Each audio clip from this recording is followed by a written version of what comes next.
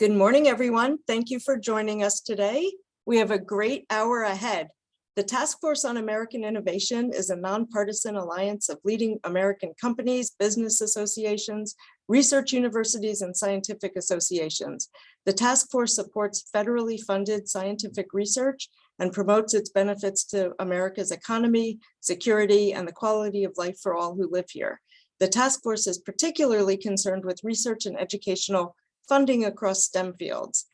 The United States has always been a leader when it comes to funding innovation, but the latest AAAS report that Matt Hurahan will summarize shows that our lead is shrinking. His brief presentation today will be followed by observation and comments from our panelists. Ominous signs show that we are putting our economic future at risk with our stagnating R&D investment.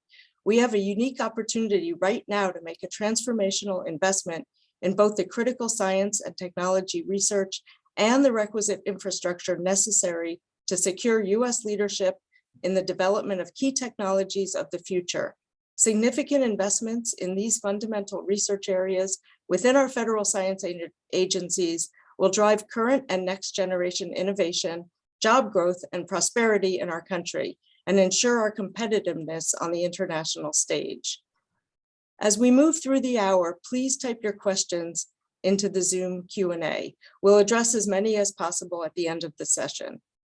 Before we turn to Matt Hurahan, we are honored and delighted to have with us today two congressmen. Thank you both for all you do to support science and innovation in the country. I'll introduce you both and then invite each of you to speak. Congressman and Dr. Bill Foster is a scientist and businessman representing the 11th Congressional District of Illinois, a position he's held since 2013. He is the only PhD physicist in Congress. The congressman serves on the House Financial Services Committee and also on the House Science, Space, and Technology Committee. We're also joined, I believe, by Congressman Baird, a lifelong resident of West Central Indiana. He proudly represents Indiana's 4th Congressional District, which includes 16 counties, and serves on the House Committee on Agriculture and also on the House Committee on Science, Space, and Technology. Congressman Foster? Thank you. And am I audible and visible at this point? Yes, to me you are. All right, well, I'll go with that. Well, first off, thank you all for joining for today's Task Force on American Innovation briefing on US research and innovation. Where are we amidst global competition? You know, as was just said, my name is Bill Foster. I represent Illinois' 11th district, although I sometimes introduce myself as representing 100% of the strategic reserve of physicists in the United States Congress. And I'm honored to be the co-chair, along with Dr. Jim Baird, PhD, of the R&D Caucus. This is the first event that the R&D Caucus is having this year, and I'm looking forward to many more to come. I would like to thank the task force for hosting today's briefing and all of the panelists who are going to be speaking. This is a very important time in Congress for federal support of science and research. The House recently passed the bipartisan DOE Office of Science, NSF, and NIST reauthorization bills with significant new scientific research funding authorized. And now that these bills are starting to be conferenced with the Senate, it's critical that our caucus fight for these bipartisan investments and so that they actually make it across the finish line. And by supporting federally funded research and development, we can ensure that the US keeps its place at the forefront of science and technology and all of the benefits that come along with that. And I want to thank the AAAS for over many years documenting the shortfall in federal research and development, and as well as the benefits that have come from that. It's a very important job, and frankly, you provide both of us the ammunition we need to make the case to Congress. Now, the work that we're going to be hearing about today is an excellent example of why sustained investment in federally funded research is so critical. So thank you all again. I look forward to the discussion. Thank you very much. Congressman Baird, I don't think you're on. I'll just wait a second to triple check. Okay, well, we hope he can join us later. Thank you, Dr. Foster and Dr. Baird for all that you do. We'll move on to Matt Hurahan for the sort of centerpiece of the hour. Matt Hurahan is the director of the Research and Development Budget and Policy Program for the American Association for the Advancement of Science, or as we call it, the AAAS. He'll give an overview of a report illustrating the global R&D investment landscape and how the US currently sits in this landscape currently and potentially in the future. Take it away, Matt. Thank you, Karen. Appreciate it, and nice to be here with everybody this morning. And thanks to the caucus for having us and for hosting this event. So today we're releasing this new report on global trends in R&D, science and innovation. It compares the U.S., as Karen said, it compares the U.S. Against other countries in terms of performance on a variety of metrics. It's based on brand new data from the OECD, or the Organization for Economic Cooperation and Development. When it comes to global science and tech metrics, OECD is one of the very few go-tos for this information. And the data we're using was just released by them at the end of March, so it's less than 2 months old. So this is really kind of the most recent late-breaking data that we've got available in how the U.S. is performing relative to other countries, other economies. There's a lot in the report. I'm just going to take a few minutes to go through a couple of major highlights, but I would definitely encourage everyone to check out the report. You can download it from our website, and it'll be made available afterwards as well. But there's a lot in there that I think you may find helpful. So I'll start with the big picture. Total R&D spending from both, and this shows both R&D from both public and private sources. So this is all R&D across all sources. The U.S., as has been the case for many years, the U.S. remains the leader in total R&D investment at just over 660 billion with a B. But you'll note the long-term trends. China in particular, the rise there is quite striking. Chinese R&D as of 2020, which is the most recent year available, Chinese R&D stood at just over 560 billion. So it's about $100 billion gap between the U.S.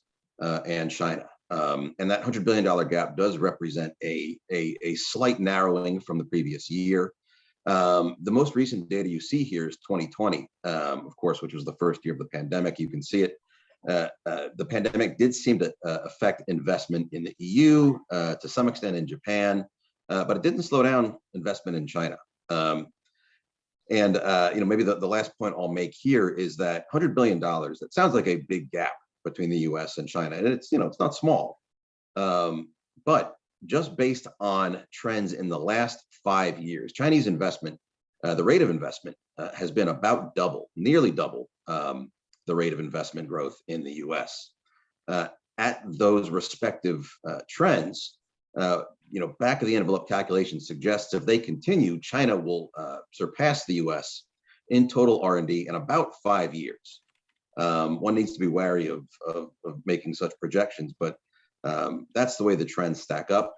And if they continue in the next 5 years, China will surpass the US in total R&D investment. Now, one of the factors driving both U.S. and Chinese leadership in total R&D investment is scale, right? The scale of the U.S. economy, the scale of the Chinese economy. We have more resources than most to invest in R&D. But what happens when you adjust for those that scale in the economy? And specifically when you adjust R&D as a share of GDP. That's how you get R&D intensity. And that simply tells you the relative share of resources in an economy that are devoted to science and innovation. And when we make that adjustment, the US performs not quite so well. For many years, the US was about 10th in R&D intensity worldwide, surpassed by Korea, Taiwan, Israel, and some other advanced economies. The most recent data suggests we've actually seen a little bit of an improvement, which is good news.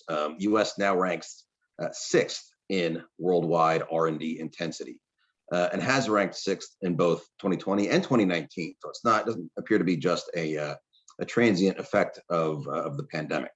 We have seen some real improvement in R&D investment. That's good news. The less good news is that a lot of that improvement is driven by the business sector and private R&D investment, whereas the public R&D sector has lagged quite a bit.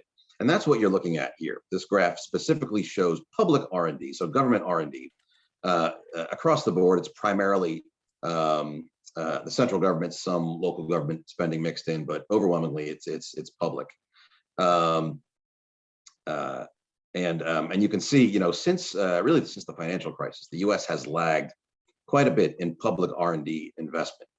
So business R&D is really what's driving that growth, and that's a great thing. That's absolutely a positive. We need more of that as well. But there is this story of public sector stagnation that seems to have taken place since the financial crisis, most recently.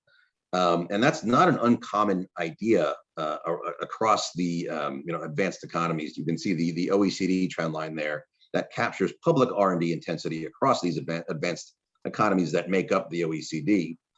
But in the U.S., that stagnation has been a bit more egregious, a bit tougher.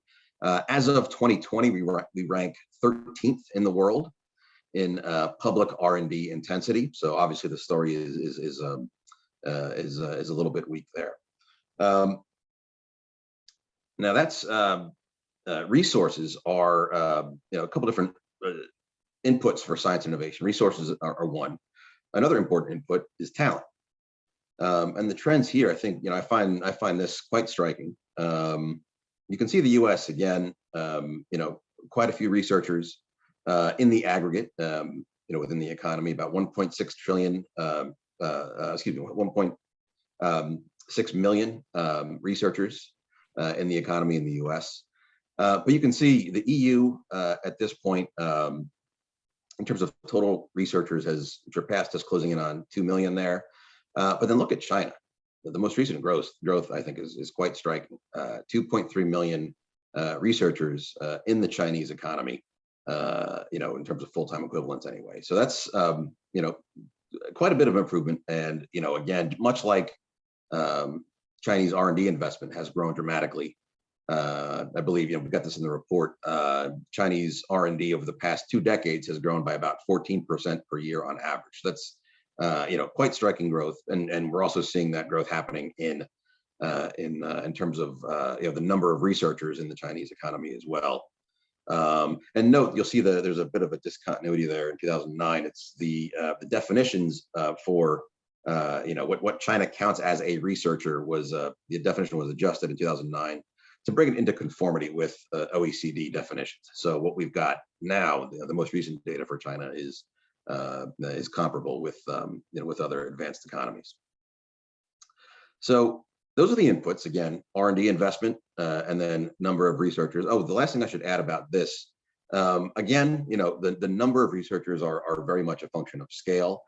If we adjust for researchers as a share of the labor force, the United States is only 17th in the world and 15th among the OECD in terms of researchers as a share of the labor force. So again, the performance in the U.S. is a lot less impressive than a lot of other economies regarding the number of researchers we're able to support. So those are inputs. We've also got in our report some metrics on outputs. There's a couple different forms this can take when you want to track performance. One of them is scientific publications, which are a common way for ideas generated by scientific research to be shared, to be promulgated, and research is often built on previous research, and a lot of that is measured by scientific publications. In terms of total science and engineering journal articles, China surpassed the U.S. in about 2016, and that info is in the report. We've got graphs on that. But the thing I wanted to flag here is that if you go a little bit deeper into the data and get beyond kind of the top line science articles and get into publications by discipline, the basic story is this. the US continues to lead when it comes to highly cited, highly influential journal articles. The US continues to lead in the life sciences in particular, which I think is a reflection of the investments that we make in life sciences research. Biological sciences, China has caught up quite a bit, but the US still leads by a fair margin in terms of highly influential, highly cited journal articles. But when you leave the life sciences and shift over to the physical sciences and engineering, mathematics, and this graph shows highly cited mathematics publications, the graph that you see here repeats itself again and again in mathematics and chemistry, in physics, in the engineering disciplines and material science. Basic idea is the US remains, among the leaders, but China has surpassed us quite a bit in these highly cited metrics across these mathematical, computer science, physical science, and engineering disciplines. And it's quite striking. You see again this pattern again and again across these disciplines, along with other economies, trying to do what they can as well. And so we've got more data on that in the report. Last thing I'll mention, I'm not going to show a graph on this for the sake of time, but we've also got some patent data. The most recent patent data for high value triadic patents is from 2018. When I say triadic patent, what does that mean? Well, a triadic patent is simply a patent for the same invention that has been filed in Japan, Europe, and the United States. And the idea behind using triadic patents is that they tend to be more high value. They cut out low value junk patents. And so it's a more useful metric than kind of just standard patent counts. And when you use that metric, you see the US at the national level, the US is number 2 behind Japan, but China has increased their rate of high value triadic patents dramatically. They are now 3rd in the world. And they've increased over the past decade, they've increased their high value triadic patent production 6 times over. So again, much like some of these other graphs, you've seen highly striking growth in triadic patent production, which basically the upshot here, I think, is that what other economies, not just China, but other economies, what they are doing is they are investing in putting resources towards research, investing in their people, in their talent, and they're increasingly becoming more and more effective in converting those investments into outputs in terms of scientific ideas and publications, and in terms of inventions. So I'll wrap it up there, but please do feel free to check out our report. And I'm going to turn it back over to Karen, and can't wait to hear from the panel. Thank you, Matt. I believe that Congressman Baird is with us now. Is that correct? And if so, you got it. If you can hear me now, how's that? We can hear you now. You know what? You talk about science and innovation. It really makes a difference on which link you use to try to connect. Anyway, I could hear you, but I just couldn't, you couldn't hear me. So I guess I just really want to say that I appreciate the opportunity to be here.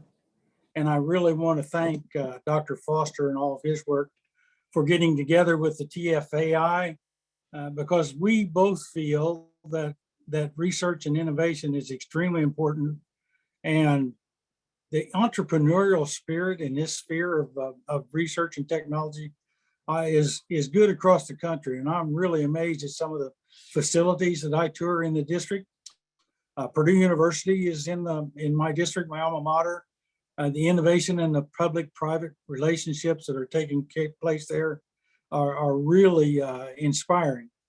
So just again, I would just say that I really appreciate Dr. Foster and him working with the task force, putting together this kind of a meeting, because I think research and technology is the only way that we're going to stay ahead and be competitive in this world. And that's what this discussion is about. And to bring together such talented, dynamic individuals as this, I'm really enjoying this. And so I thank you, Dr. Foster. You're back. Thank you, Congressman Baird. Thank you both, Congressmen, for all you do and for joining us this morning. And back to thanking Matt. So thank you again, Matt. And we're so lucky to have Matt doing this work, educating us. I feel like it's fascinating to me, and I could watch him present on this stuff for hours. and I sometimes do. I'd say being a mathematician, I guess I like data and time series. So I have a big capacity for watching that sort of thing. And I assume you can hear me. I cannot, you can hear me? Okay, good. Thank you. So I'll now turn to our panelists. We're honored today to have such a distinguished panel, as just mentioned. All of them deserve a much lengthier introductions than I have time for, and you can read more about each of them in the webinar link. But very briefly, quickly, they are Rob Blair, Senior Director of 5G and External Affairs for Microsoft, Kathleen Kingscott, Vice President for Strategic Partnerships for IBM Research, Mark Peters, the Executive Vice President for National Laboratory Management and Operations at Patel, Sudip Parikh, Chief Executive Officer and Executive Publisher for the AAAS, and Rodolfo Torres, a Professor of Mathematics and the Vice Chancellor for Research and Economic Development at the University of California, Riverside. And is somebody going to change the, can everybody see all the panelists? I'll trust they can. Good. Okay, so my first question is to Sudip. So Sudip, today's report has some concerning trends that we just heard from Matt. Are we doing enough to seize legislative opportunities? What else do you recommend Congress consider as they seek to address innovation growth for the future? Thanks, Karen, and thanks to the TFAI for having me. The short answer is no. There is much more we should be doing. As a nation that wants to lead science and technology investment and output and leading to better standard of living, better jobs, better health, we're not doing enough. And so you heard two areas where the report actually shows we're having challenges. The first is talent workforce. We've got to make sure that we have a talented workforce that can compete with those demographic behemoths that we see around the world, China and India. And so how do we do that? Well, first of all, we've got to bring Americans from everywhere into this, into the talent pool for science and technology. We've got wonderful scientists and researchers that are coming out of the East and West Coast, out of Cambridge and Palo Alto, and that's important. Those are world-beating institutions and parts of the country. But we've also got talent in Appalachia and the Mississippi Delta. We've got talent in South Chicago and the Central Valley of California. We've got talent in Indiana. We've got to be able to draw from all those talent pools. And how do we do that? Regional centers of excellence, making sure that we are putting investment closer to communities. Some of the reasons why folks can't join the innovation economy is because they have reasons, personal reasons, individual reasons for being and staying in the places where they were born.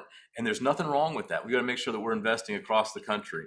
So regional centers of excellence, hubs of innovation, and then programs to make sure that we are spreading this investment around the country. Second is, once we've drawn all of those Americans, we have always been a beacon for talent around the world. Talent that comes to America and brings its culture and its intelligence and its energy and its drive to driving our scientific workforce forward. We've got to continue to do that. It is how we compete globally. We are able to bring the best and brightest. So we've got to make sure that we have immigration policies that enable us to keep that scientific talent here in the country. The second piece that the report described is on funding.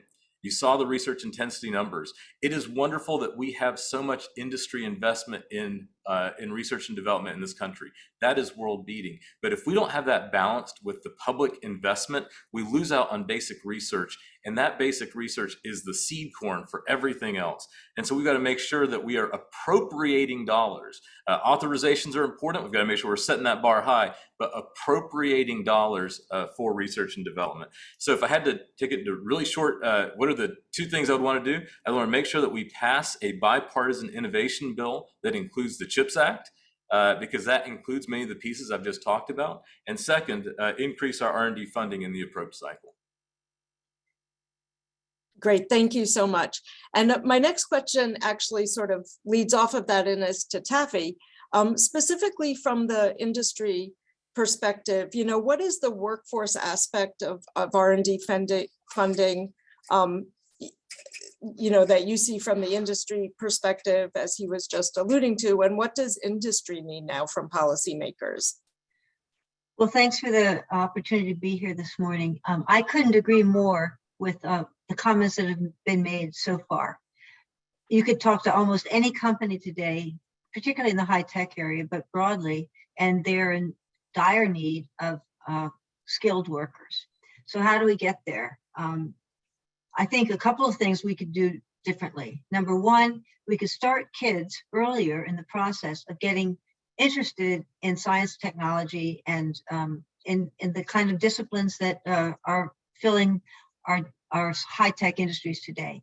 There's a program that we at IBM have been invested in quite for some years called PTech. There are today over 200 schools and 400 companies and about over almost 100 colleges that are working in this program to take kids from 9th grade all the way through 2 years of college, have them graduate with an associate's degree, have science, technology, engineering, mathematics as part of their curriculum, internships and apprenticeships. And when they graduate with that 2-year degree, they can come into companies and get a job. And all of them, not all, but I would say a whole lot, 90-some% of them are getting jobs right after they get out of school. So we need to do that. And we need to, continue the traditional undergraduate, graduate, postgraduate kind of work that we have done today, but focusing on science and technology. And we need to be able to have fellowships and rotate people between industry, academia, and government, so they get a broader base of experience and can be effective right off the bat. So you asked, what else can government do? What does industry look to policymakers to do? Well, I would say exactly what Sudeep said, which is pass this competes USICA legislation, finish up the conference as soon as possible, ideally by Memorial Day, and bring the legislation to the president to be signed by 4th of July. Clear goal, it's doable, heck of a lot of work ahead, but let's do it. What does this do? What does this legislation do? It would fund science and technology across a whole variety of disciplines and agencies, and whether it's the National Science Foundation, Department of Energy, Department of Commerce, NASA, DOD, put some funding into the mix. And the centerpiece of that legislation has to do with the semiconductor industry, the CHIPS legislation. And it would provide $52 billion worth of incentives to manufacturing and R&D over a 5-year period. Well, that sounds like a lot of money, but look what else is going on around the world, as we saw in the charts that Matt put forward. Today, we're expecting in Europe $48 billion over 10 years to be passed by the end of the year. China's already invested $100 billion in the semiconductor industry for a 5-year period. India, $10 billion over a 6-year period. Japan, $8 billion over 5. And Korea, $50 billion over 3 years. So that is a lot of funding going into this one particular industry, but such a foundational industry. So what would this legislation do for the US? It would put us into the race. It would enable us to continue to lead in the semiconductor area, which is a fundamental technology. Finally, I'd say, what else would the US government do? We need to have interagency cooperation. If we're going to fund agencies in R&D across a variety of technical areas, let's work together. Let's have interagency working groups. Let's establish the semiconductor strategy session strategy committee from the National Science and Technology Council. Let's implement the Industrial Advisory Committee that was put into the NDAA. And let's work with our global partners. Let's work around the world to make sure that leadership in semiconductors and fundamental technology and across all of these physical sciences technologies, that leadership stays here in the United States. So I'd be happy to take any questions when the time comes. Thank you. Thanks, Taffy. Rob, as the other industry partner on the panel, do you want to add anything to that? I think Taffy did a great job of laying out the basic components of the USICA Competes Act. We joined with our partners and some of our partners in academia and industry a few weeks ago to put together a letter, which I'll drop the link in the chat, that lays out our strong support for getting USICA and competes across the finish line. And listen, I was on the Hill for 14 years. I was an appropriator. I know how difficult it is to put together such a broad-based yet highly important bill. All I can say is that all of our partners across industry and academia have such high hopes for Congress being able to put this together in a timely fashion and preserving the basic components that are so important to make sure that the United States keeps leadership in innovation. So I've got a lot more I want to say on this topic in a little bit, but I think for this particular purpose, I'll hand it back to you. Okay, thanks.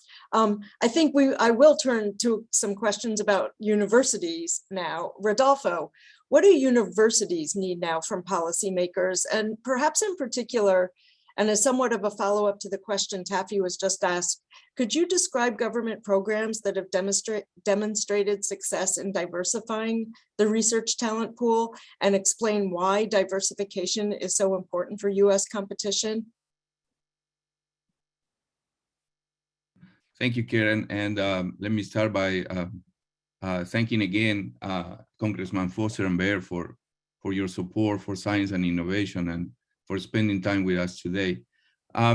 You asked what university need. I think the AAA's report, as someone that I also like data a lot, tell a compelling story and make it clear that we need to continue to have a multi-pronged approach when it comes to research and development. First of all, and undoubtedly, I think much of the leadership role the United States has reached in science and technology is due to decades of strong support of basic research. Long pursuit fundamental discovery that help us understand from the nature of subatomic particle to the mystery of the universe, and from genetic and cellular level, understanding life to complex ecosystem, and all of these fueled by mathematics and computer science progress to model and analyze enormous amount of data, have very possible incredible development that improve our lives and bring prosperity to our nation. But as we saw in the report, we are losing traction. And we're facing steep global competition. So I think it's very important on the one hand to continue to support fundamental research. These need to be long-term investment in personnel costs, in research facility, which granted sometimes are high risk, but often high reward project. And I think this part of the investment is best done by the federal government. Second, while we invest in this discovery that will help us keep the leadership as we move into the future, we need to address imperative challenges that we face today. Whether it's about solving problems related to climate, clean energy, health disparity, the economy, social inclusion, and so on, we need mechanisms to take advantage of the innovation that take place at the university and quickly translate this discovery from the bench to the market. So in that regard, we applaud the creation of the Director of Technology, Innovation, and Partnership, TIP, at NSF, which will focus on user-inspired and translational research to provide solutions to economic and societal challenges. We hope, though, that the TIP will be properly funded so it's as effective as it has been envisioned to be. A great idea, but it needs to have the funding to materialize. And I think here is an area where there is a great opportunity for the federal government to work not only with universities, but also with industry and the private sector. We need the private sector also to be a player in the solution of some of our most challenging problems. The last point I want to mention, and it was mentioned before, is human capital. Is the need for training of scientists and technicians. We need to continue to attract scientists and students from around the world, as we have done in the past. And while rightfully we need to protect our intellectual property and provide for national security, we need to establish a welcoming environment in this country, partner with other nations, and promote international collaboration. And finally, at the national level, and going back to the last part of your question, Karen, despite some progress, we continue to miss a lot of talent and have a substantial underrepresentation of individuals of color in STEM discipline. For example, Black and Hispanic account for respectively 14 and 21% of the population ages 20 to 34. However, each of these groups only represent 8% of the PhD producing science and technology in the United States. We already have examples of success changing these inequalities, like the NIH MARC, which is maximizing access to research careers, and the PrEP, post-baccalaureate research education program, or the NSF Include, or the UCR, my own institution, led NSF CAM program, that's the California Alliance for Minority Participation. But we need to do more by working and supporting institutions where many of these underrepresented individuals are. So we need to focus on HBCU and minority serving institutions. And as it was mentioned before, focus on regions of the nation that still need to be developed. One last example I want to mention of things that are starting to pay off is a recently formed alliance of Hispanic serving research university. This is a group of 20 research ones, that's a higher level of research university, Hispanic serving institution, among them 4 University of California campuses. We have come together to understand and promote what it means to effectively transition from not just enrolling Latinx students, but to achieve their social mobility and fully integrate them as researchers and leaders in our nation's most ambitious project. We need to continue to support at the federal level this initiative because we need more individuals and we need more diversity. Prosperity is not prosperity if it doesn't affect all our citizens. And we have a great opportunity to continue to support this initiative. And we're looking forward to the congressman here and Congress to support research and development. Thank you, Rodolfo. Hearing about those successful programs is really inspiring. I wonder if SUDIP in particular, maybe since you see the view from across all sciences, or anybody else want to add anything about particular programs that have demonstrated success, or why diversification is so important for US competition? I'll just give a quick anecdote, which is if you look at, if from last year you said, what are 2 things that amazed you about science and engineering? I'll give you 2 things. One is the development of the COVID vaccines, and the second is flying a helicopter on Mars. In both those things, if you look at the teams that did the work, if you watch the people celebrating the flight of the helicopter, if you look at the individuals responsible for the development of the mRNA vaccine, you will find white Americans, Black Americans, men, women, immigrants. You'll find intellectual capital coming from industry, and you'll find intellectual capital coming from academia.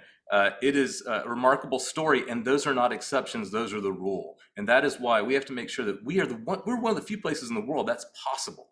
We can't let that die on the vine. It is important to keep it fueled and contributing more to our economy. Thank you. Does anybody else want to add anything at this point? Okay, I wanted to go back. Rodolfo, you mentioned the new directorate, TIP, at the National Science Foundation, and this is a new program to support technology and innovation. From the university's perspective, I wonder if you want to add anything about how, I mean, you already said something about this, but how you see the need to balance federal funding between fundamental research and translational research. Yeah, so as I already mentioned, and if we focus on the National Science Foundation, so traditionally it has been playing a unique role within science and technology funding, because it's an agency where most of the research has been driven by the scientific community. Unlike other agencies, NSF has many programs in which scientists, principal investigators, propose what they want to research. They don't respond to a specific, there are general guidelines, but they don't respond to a specific problem to address a particular problem. And that has created a lot of innovation, a lot of, sometimes is referred to a curiosity-driven research, but it's really to understand the fundamental of how life and our universe work. The addition of this new directory, on par, not taking away from the basic research, but on par with the basic research, address a different component of this. And is, okay, so how we take care and how we address, as I mentioned earlier, things that are affecting now immediate. So we used to talk, we will be facing problem about shortage of water. We used to say, we will need to move to solar and other clean energy. Well, that time is now. How we do that? And a lot of innovation is taking place at the university, but it's sometimes isolated from the rest of our investment from industry and the private sector. So facilitating this translational research to reach out the market where it can be further funded. Here's, as I mentioned, where the partnership between federal government and the private sector can be very profitable. Translating quickly this research to the market, and also giving opportunity to our students and trainees to pursue careers in different environments. I think it's of crucial importance. And as it was mentioned earlier today, again, the creation is great that we have in Cambridge, we have in Silicon Valley, all this development, but we need to multiply them. We need to reproduce it in other sectors of our geography and promote the economies, the local economy in areas where have been to some extent neglected, but where many of these are imperative. And especially in areas where some of these problems, like in Southern California, for example, problems related to overheat, fires, water, resources, and so on. And these are problems that, although are regional, they have a worldwide important and can be solution developed in this region, can be scalable to other sectors in the world. Thank you. Congressman Foster, I think you would like to ask a question or chime in? Yes. Well, as you may know here, I have recently been appointed to the conference committee for the Competes USICA. And so one of the major differences between the House version and the Senate version that we're going to have to resolve is that the House version lifts the caps on immigration for STEM PhDs, while as the Senate does not. And that is one thing that, well, I know it's one of my priorities to make sure that the Senate, agrees with the House position on this. One of our continuing challenges just to keep the Senate from screwing things up all the time. But separate from that, there's a huge issue with the funding to clear the backlog of STEM. Even people going through the normal channels expected to are just facing unprecedented backlogs, and that affects STEM immigrants as well as everyone else. And so I was wondering, separate from the should we lift the caps, is the question of would it be appropriate to divert a fraction of the $52 billion to clear the backlog for STEM PhDs? That even my guess is that even a 1% of that diverted to specifically to fast tracking everything related to STEM, and if it was up to me, masters as well, degrees in STEM. Yeah, Taffy, did you want to? Well, I would say, first off, I think you're on a really important point about, enabling people to enter the country and work in the science areas.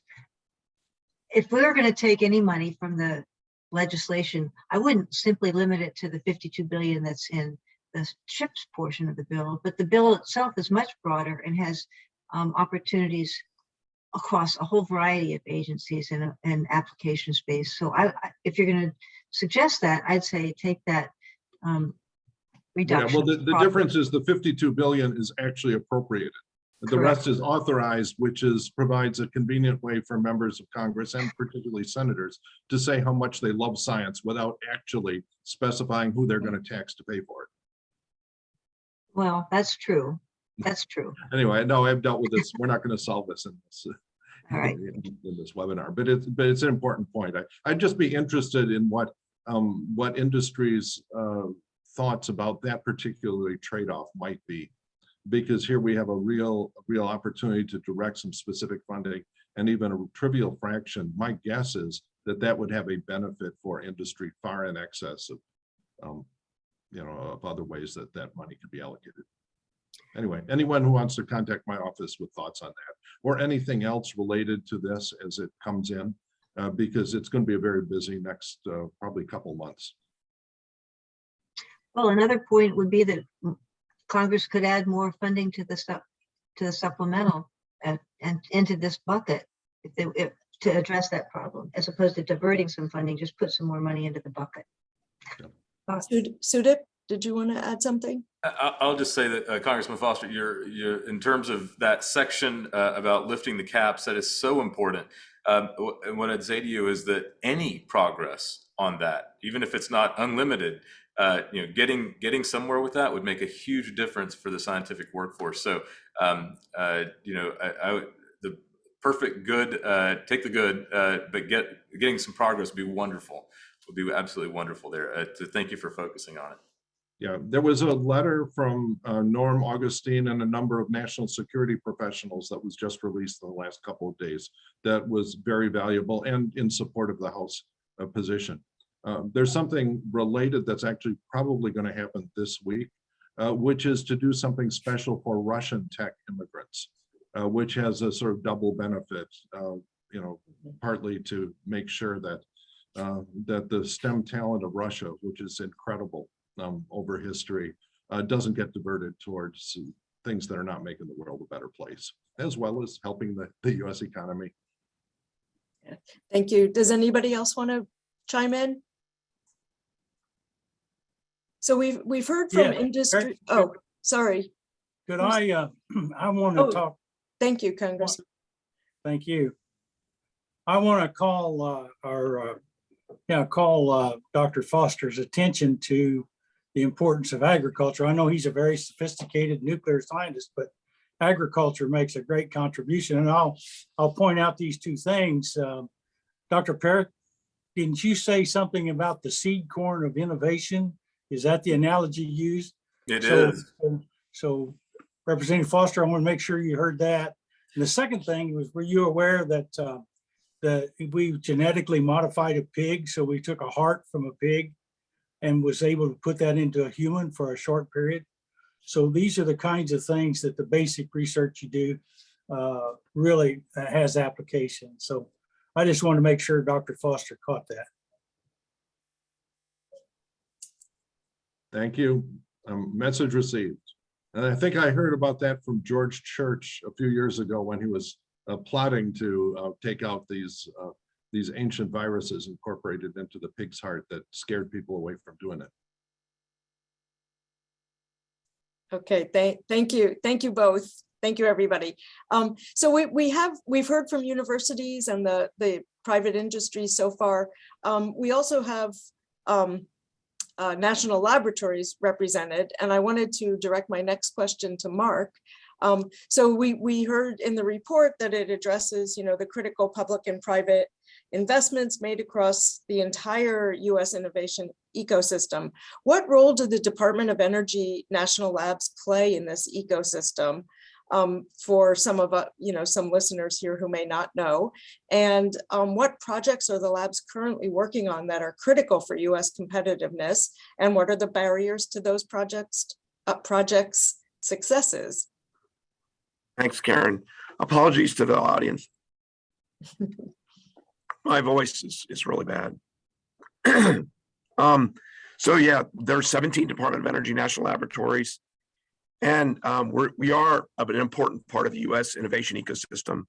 We do everything from basic to applied research, commercialize technologies, as well as operate user facilities. And of the 17 labs, 16 are government-owned, contractor operated. We at Patel are proud to be a part of managing 8 of those labs.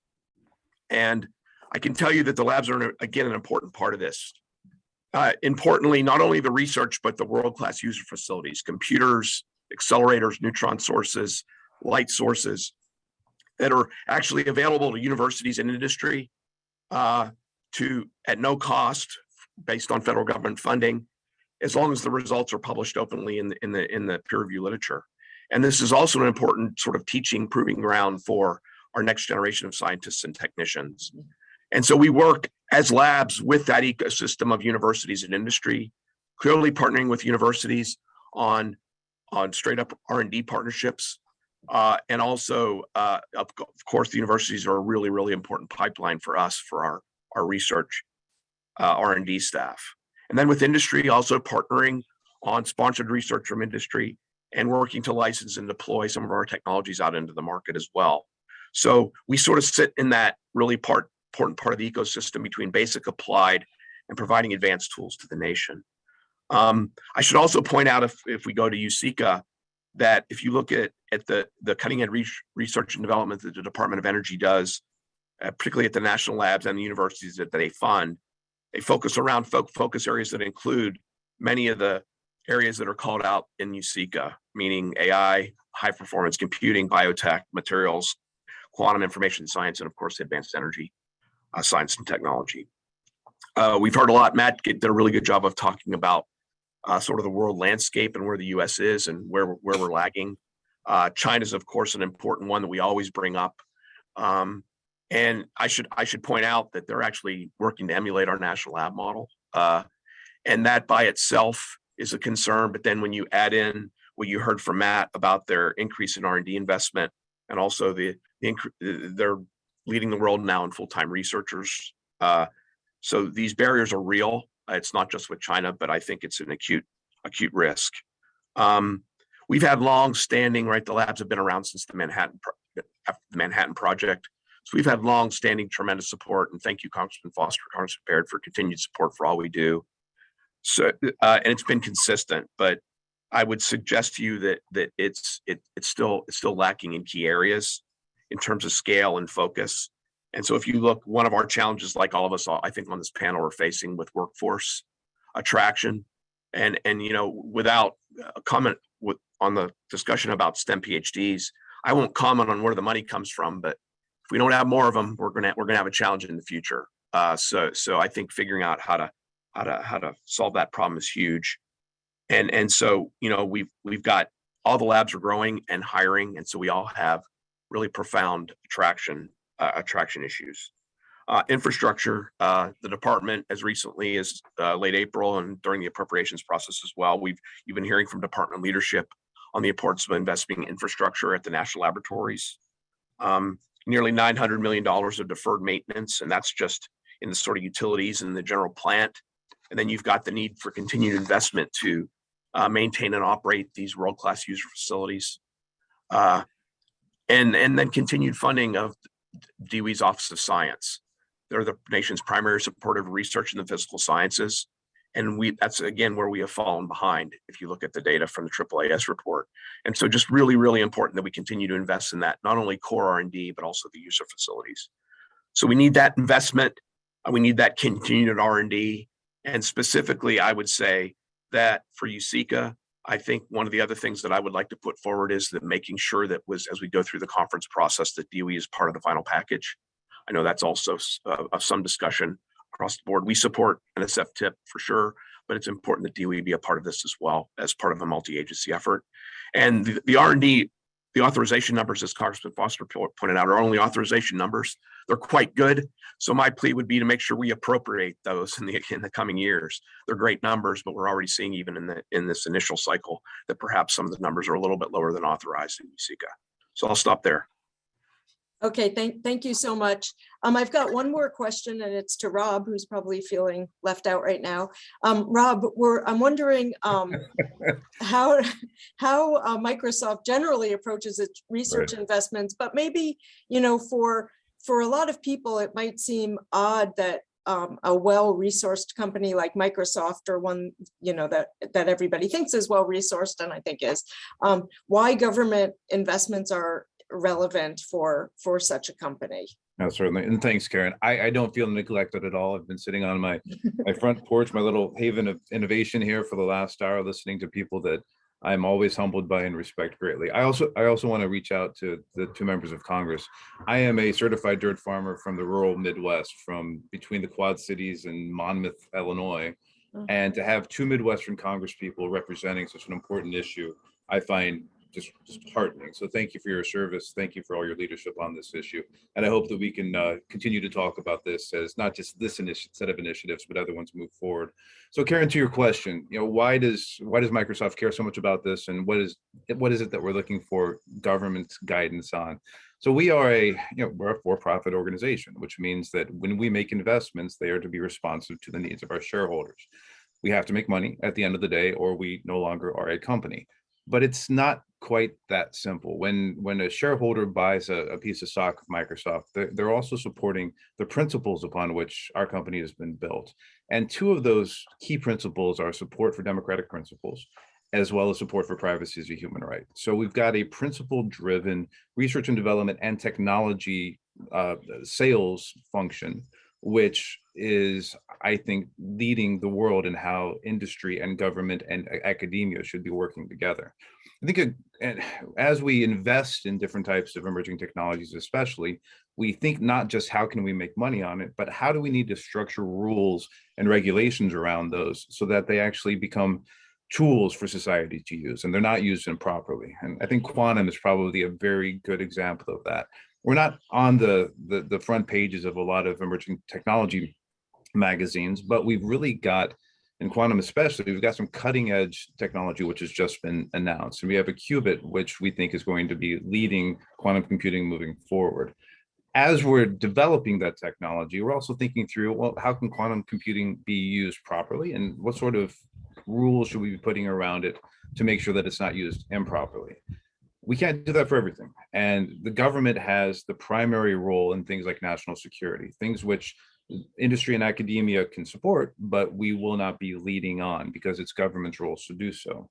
So as technology becomes more important in society, regulation will become more important. And we're very supportive of proper regulation. We work with our partners in government to make sure that they're as fully informed as possible about what we see in emerging technologies and that they see potential downsides to overburdensome regulations that are not necessarily effective or may actually have the counterproductive influence of suppressing innovation rather than allowing this to flourish.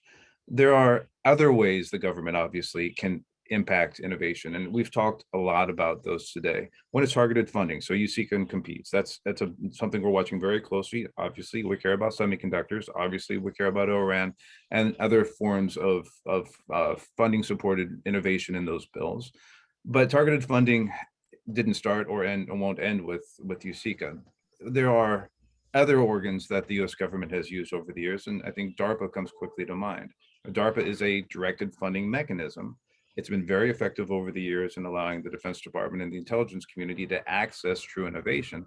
But it does so because it links that procurement power of the Defense Department with the innovative power of academia and industry. That brings those two together to try to cross that valley of death.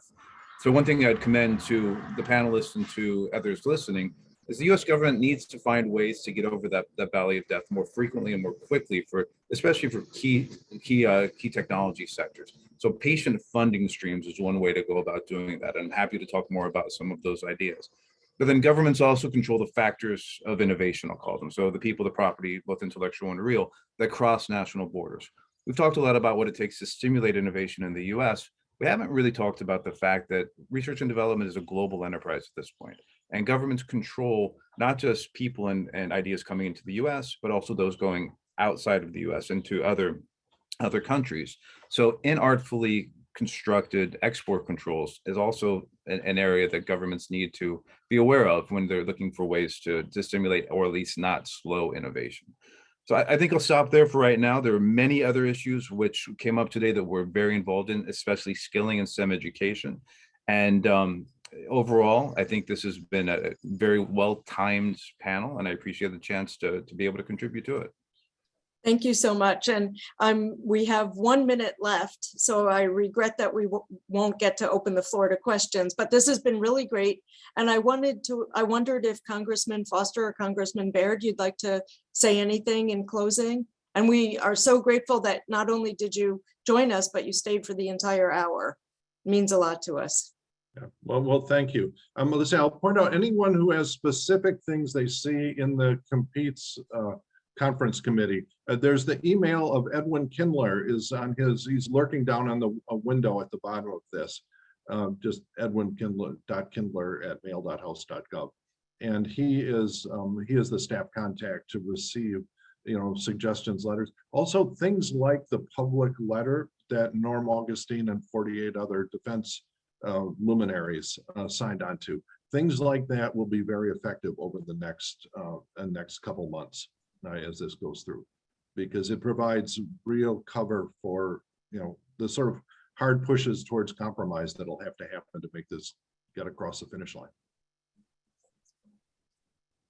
Thank you, Congressman Baird. I'd just say it's been a pleasure to listen to all the expertise that we've had here today. And so I thank you.